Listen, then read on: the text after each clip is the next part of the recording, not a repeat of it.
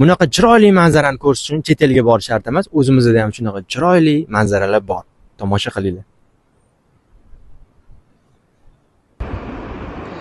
Nefrit ko'liga yaqinlashganingizda shunaqa go'zal joylarga ko'zingizga tushadi.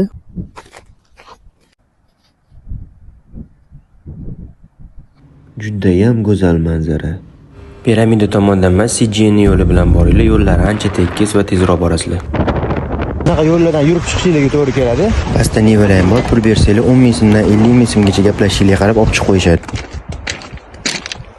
Baland qoyalardan cho'kkan paytinglar bunaqasi emas, aksincha yo'llamacha tushsanglar, sirg'anib ketish ehtimoliyati kamroq bo'ladi. Maslahatim Nefrit ko'liga obedgacha kelib olish kerak. Undan keyin quyosh kirib ketadi.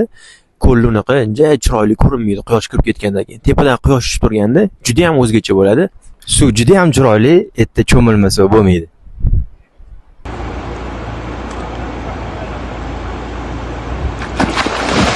Suv shunaqangi sovuqki, suyagizgacha o'tib ketadi. Biz bu yerga qishda kelib cho'milganimizda ham unaqa emasdi suv.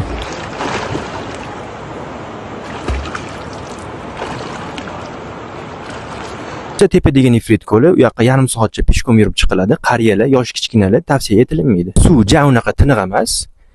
Baribir chiroyliligi bo'yicha pastki ko'lga yetmaydi. Maslahatim shanba oddiy kun emas, boshqa kuni kelish kerak, odam ko'payib ketmasligi uchun.